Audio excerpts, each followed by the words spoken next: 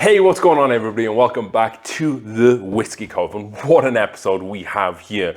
We went from Colorado all the way down to Bardstown, Kentucky, and we hit 53 liquor stores. This is what we found, this is what we saw, and these are the bottles that we picked up. Run the video.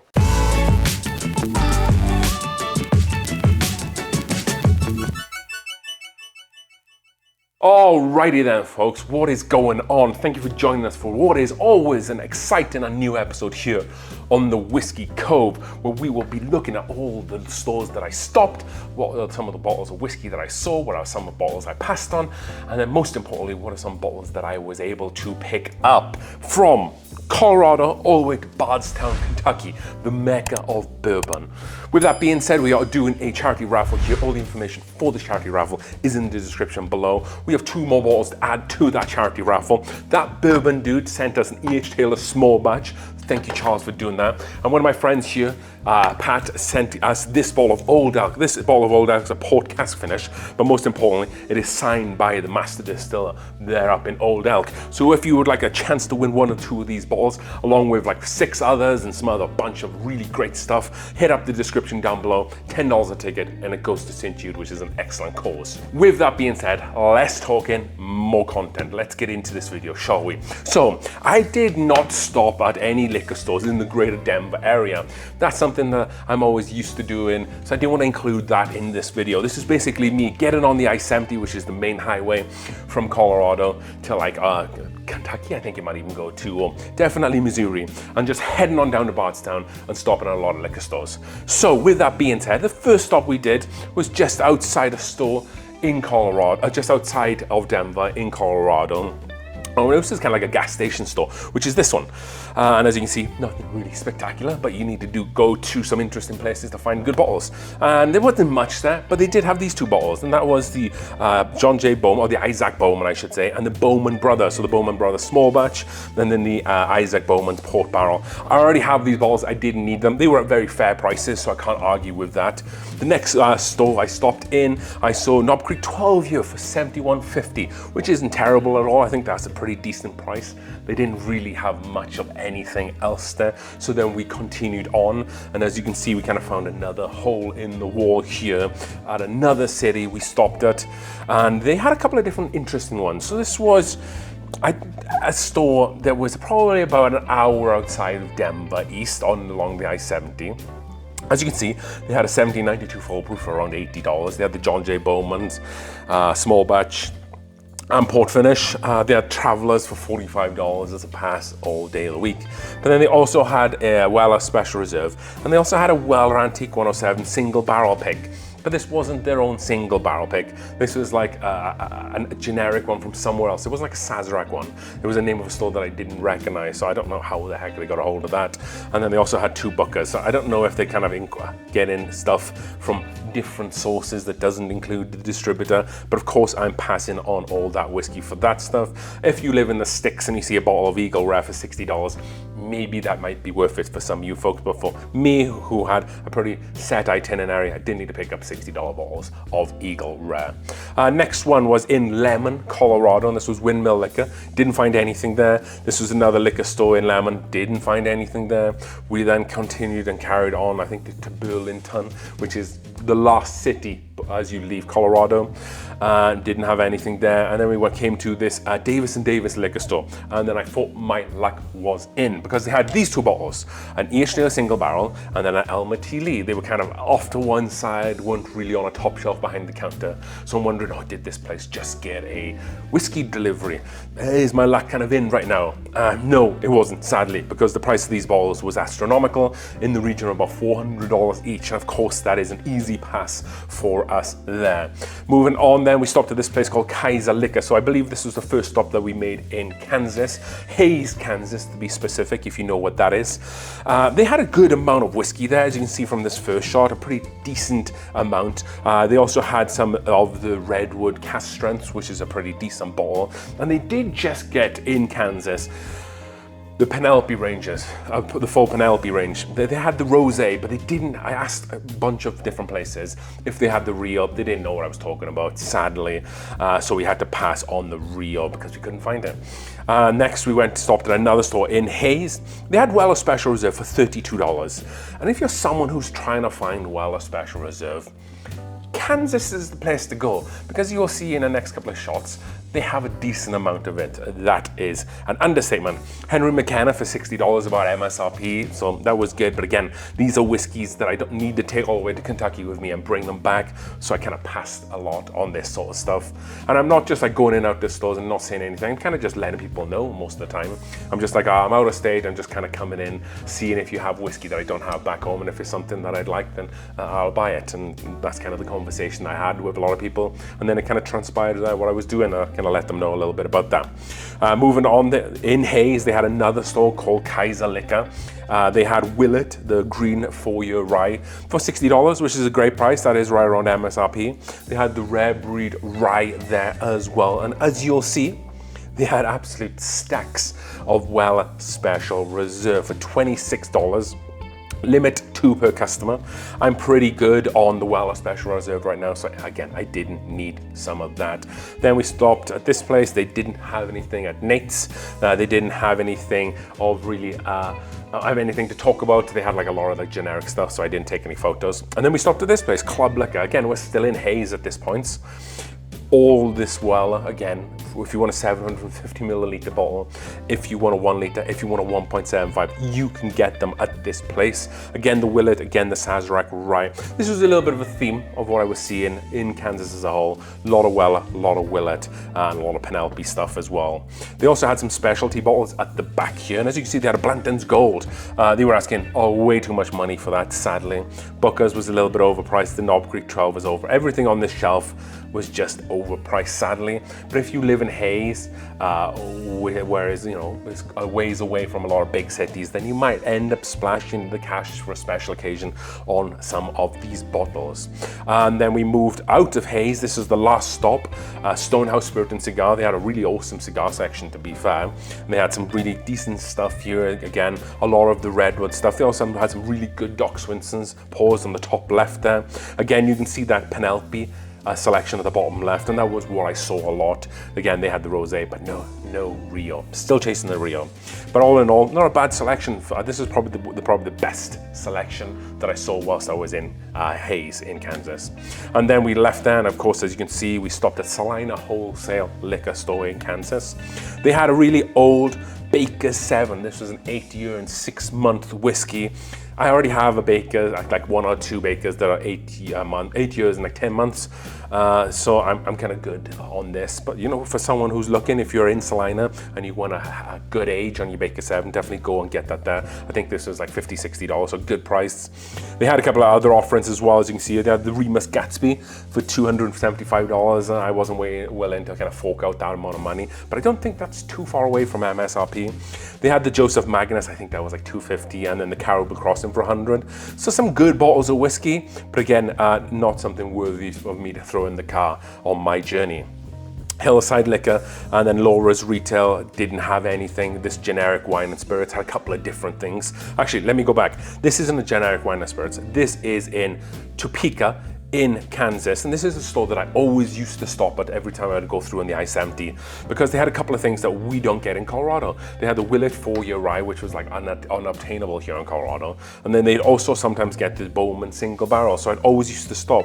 But now that I'm already able to find that kind of stuff in Colorado, it's not really a reason for me to stop. They had a few good things there, as you can see by the picture here.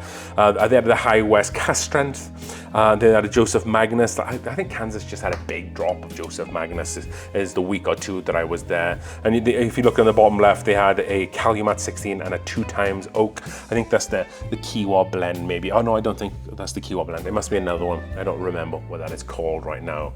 As you can see, I also took a picture of this because they had Nulu. This is the toasted bourbon in the cart with 50% off. It worked out at around $55, but again, that's too much money for me for Nulu. The bottle that I had, I wasn't the biggest fan on, but you know, if you're around the Topeka area, you want to go and find this, then it might be worth it for $50 to $60 for you. Another whiskey store that was close by, they didn't have any.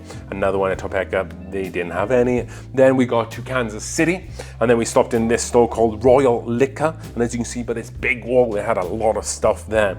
I'm going to take your gaze a little bit here to the top in the middle. You can see they have a bunch of Blue Run there.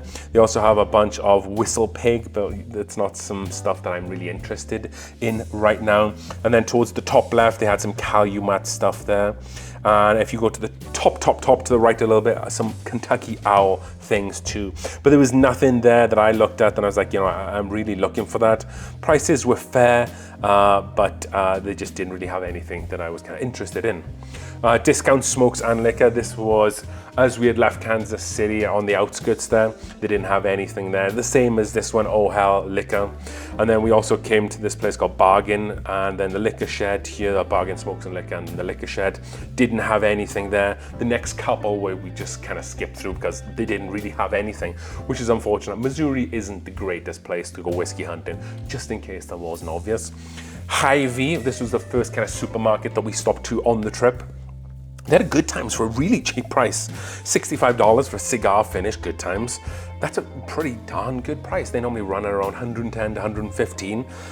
But again, it's not something that I'm immediately looking for right now. But if you're in the area of Columbia, the Hy-Vee, that's where you'll find it. And then they also had this stuff. They had an old High West double rye, but I think that was like a used barreled Manhattan. We already have a bunch of that. We didn't need to pay $66 for it, which is too much anyway. Knob Creek 12 was a good price for $70. And then they also had some malted rye, the 6-year for $67. And I would have picked that up, but I think I just picked up a bottle or two in this last week at a local liquor store here in Colorado that had it on sale for like $45. As you can see, they did have the 2024 release of the Little Book, $160. I don't know what the MSRP is on that anymore, but I don't think that's actually too far away from that price, so it might be worth a little pickup for some of you folks out there. Then moving on, we stopped at a Walmart because sometimes Walmart have good stuff. They didn't at this location. Again, we were staying in Columbia, and this is where we picked up our first bottle of whiskey. Again, it took us all the way through the state of Kansas, coming from Colorado, into the middle of Missouri to find the first bottle that we were willing to pick up. And that is because it is this bottle. This is a Blue Note Duke Joint Whiskey, and I'll put the picture on the screen for you so you can see it. It's a little bit hazy, but this is 63.5% ABV, which is pretty damn good. I don't see them at that ABV usually. If you can get them over 60, that's a win on its own. But then 61, 62 maybe, but 63, and the price, $30.99. I had to pick it up. I wasn't really looking to pick up any of these on this trip, but for that ABV, for that price, I had to say yes. Next up, we went to a couple of different liquor stores, and as you can see, the first one, there was nothing there, and then we came to this one, Arena Liquor. And they had this smoke wagon on the shelf. We actually have this bottle already. It's behind me. It's this 6-year and 10-month bottle. It's a Nevada H&C only release, and that's a good price, $96. Not every day you see one of these bottles on the shelf. And I was thinking about maybe buying it, but I already have one, so the next person can get one after me. They also had a few other different things, and as you can see, for somewhat reasonable prices. 2023-02 release of Booker's was $100, which is right in line with what it is. The Blood Oath whiskey that they had there, that's the batch 9, I believe. That was a little pricey for me. I'm not the biggest Blood Oath fan. As you can see, I'm talking quite fast because we have a lot of stores to get through. Again, they had a Baker 7, and they had a Knob Creek 18, which is we'll see another one of those again here shortly. $220 is a lot. I think I paid about $150 for mine at a Costco. Caribou Crossing was $100, and then the rest of the stuff, as you can see, is priced up quite highly. The single barrel and the full proof, cool bottles to see, but nevertheless very, very expensive. Tiger Liquor had nothing, and then the Spirits Plus had nothing, and then we got to Randall's Liquor that had nothing, Intoxicology that had nothing. I think we were all around by St. Louis at this point. These last few stores were St. Louis. So this Intoxicology, I apologize, did have something. They had the Whistle Pig Box Hog X. I think that's an appropriate price for that bottle of whiskey. People go pretty wild for these bottles, but for me, I'm not looking to drop $640 on this bottle. But if you're looking for this, go to St. Louis in Toxicology. It's kind of like a boutique cocktail store, and you'll be able to hopefully still find that on the shelf. This was a Total Wine that we went to. This was, I believe, actually in Illinois, north of St. Louis. They had a couple of different things. Some stuff were overpriced. As you can see, they had the Woodford, I think it's the Sonoma finish that they have going on right now. Maybe one of them was the batch proof as well. They had the Wild Turkey, the new release, the Master's Keep one. But again, I think the price on that has gone crazy. We're talking like $380, $390. Wasn't going to get that. And they also have a cool Irish red spot, so second shelf down on the left hand side, but that was pie in the sky. That was like $300 plus, so we weren't going to get that, but some interesting bottles to see. And then we stopped at this store, and this store had a really cool display, but they were asking way too much money. And this was this Blanton's display. So normally if you collect all the Blanton stoppers, they'll line it up on a stave, like a barrel stave, after you've sent them to Buffalo Trace, and they'll mail it back to you. But I guess these guys just kind of did it themselves, and they had the full Blanton's selection over kind of these like old homemade staves. I don't know if they were selling it or not, but I asked the guy, and he said the owner was probably only going to let it go for thousands and thousands of dollars. So of course that didn't make any sense. Stopped at another Walmart, didn't find anything. And then we stopped at this store, Home Beverage Packaged Liquor. And I believe this was somewhere, if I can remember correctly, on the Illinois, Indiana border. And they have a bunch of very overpriced bottles of George T. Stagg. They had that Pappy Van Winkle 2015 for $1,400. I think that is a lot of money. I would love to have been able to buy that bottle, and maybe that might be a little less than what you can find on the secondary. I don't know the prices exactly, but I believe a couple of months ago that was probably like a $1,500, $1,600 bottle of whiskey. But still, it's wildly overpriced, but still pretty cool to see that stuff there. And this is another photo that you can see. They had some single barrels for $200, and then some of the stuff at the bottom was all kind of marked up by about 25%. And then lastly, they had this barrel proof, and then they had the Blantons. Again, not whiskeys that I'm going to be buying. So as you can see, everything was just overpriced. It just wasn't worth getting it because, you know, hopefully one day I'll still be able to find this stuff, but at a more respectable price. However, there was one bottle of whiskey that they did have that I did buy.